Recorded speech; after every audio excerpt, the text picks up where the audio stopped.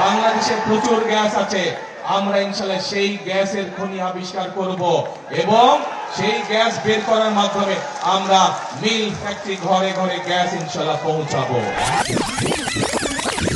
দিন দিন গ্যাস সংকট তীব্র হচ্ছে। বিগত 2 মাস আমি কোনো গ্যাস পাইতেছি না। স্থবির হয়ে পড়ছে জনজীবন। সারাদিন গ্যাস নাই, রাত 12টার পরে গ্যাস আসে। আমাদের গ্যাস না থাকলে আমরা না খেয়ে থাকতে হয়। ঢাকা শহরে কোথাও গ্যাস নেই। সেজন্য রাস্তায় হান্ডি বাতিল নিয়ে নামছি। আবাসিক থেকে সিএনজি স্টেশন, শিল্প কারখানা সব জায়গায় এর প্রভাব পড়েছে। এই সরকার একটা অযোগ্য সরকার। কালকে 9টা সিরিয়াল দিছি, 1:30টা বাইরে হয়েছি। আমার জীবনে এরকম লাইন দেখি নাই গ্যাস চালু হওয়ার পরের থেকে। জমা উঠলে বেতন থাকে না, পরে সকালের গ্যাস থাকে না। একটা অযোগ্য সরকার। এই যে মনে করেন গ্যাস আছে, তারা গ্যাস দিতেছে না, তেল আছে দিতেছে না, মানে দাম বাড়াইবো। প্রত্যেকটা পাম্পে গ্যাস থাকে, যেরকম ঠিক তেল বাড়ানোর সময় ছিল। বাড়াইলে বাড়া, তারা মানুষকে বোগাস কেন? I have a plan. We have a plan. We have a plan. You have a plan. সেই প্ল্যান কি?